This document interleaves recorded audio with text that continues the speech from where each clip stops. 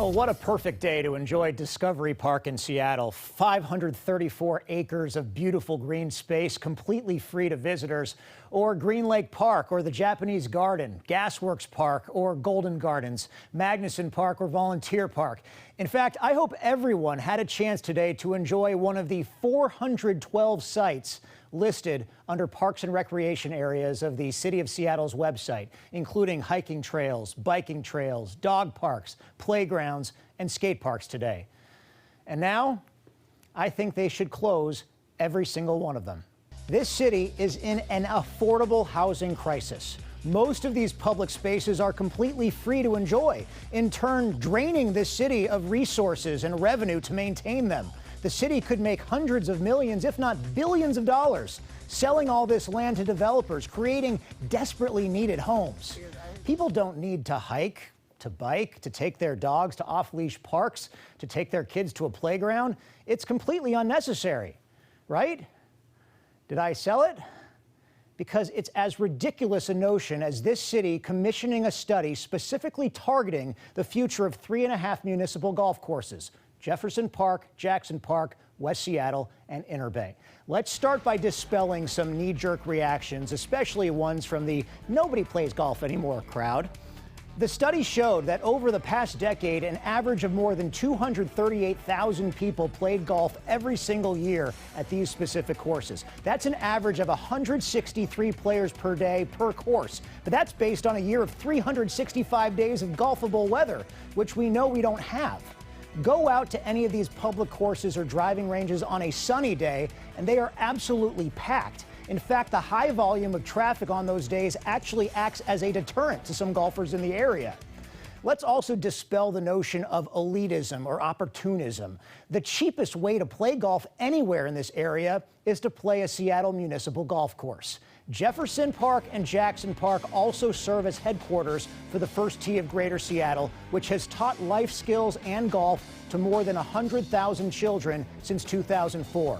According to the organization, 50% of those kids are non-Caucasian, 35% are girls, 70% of participants receive financial assistance to take part in the program, a program that also pays this city $60,000 every year in rent and course access fees. Take away any of these courses, and you're eliminating any access for a demographic this city should be supporting the most. If we're left with just country clubs with exorbitant membership fees, that's what would support the elitist stigma, which is currently untrue. And a side note, how is Jefferson Park, which opened more than 100 years ago, where legendary golfer Fred Couples grew up, not a historical landmark when the Key Arena roof is, along with more than 400 other individual sites in this city?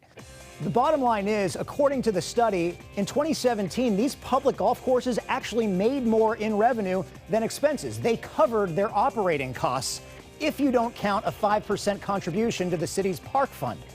Let me say that again. 5% of all revenue from this city's courses go to a park fund that help pay for all the other free public spaces in this city. And now you're going to count that against the golf courses themselves?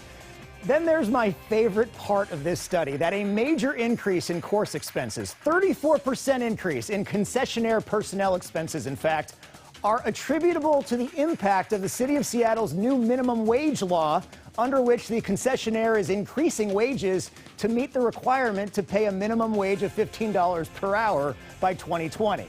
To be clear, I'm not against raising minimum wage, but when the city looks at these courses as being in the red, a portion of that reason is directly attributable to its own change in policy, its own decision to raise the minimum wage, and then holding it against the courses themselves. Now, in a statement to the Seattle Times, Seattle Mayor Jenny Durkan defended the study, which cost more than $100,000, by the way, saying, quote, "I think it's time to take the next step and do an analysis of other ways we can meet the demands of people who want to be outdoors and golfing, and what other functions those golf courses might do for the city of Seattle and the city in the future." To be clear, nothing has been decided yet. But to even broach the notion should cause concern, because we've seen ideas be floated before as part of an agenda that, before you know it, has held a few scarcely advertised community meetings and all of a sudden is an actual piece of legislation sitting in front of the city council. Now, according to the Seattle Times, Portland has 6 municipal golf courses. Spokane has 5. Seattle, bigger than both of those cities, has just 3.5. In the end, if you get rid of any of them, they're gone forever. You won't get them back. And you're doing a major disservice to families and to children especially, depriving opportunities for an underserved demographic the most. So what do you think? I urge everyone to read the full study, which is available online at the link you see right there, seattle.gov/parks/about-us/policies and plans/municipal golf course study. You can always find me on Twitter at AaronQ13Fox or email us at aaron@q13fox.com.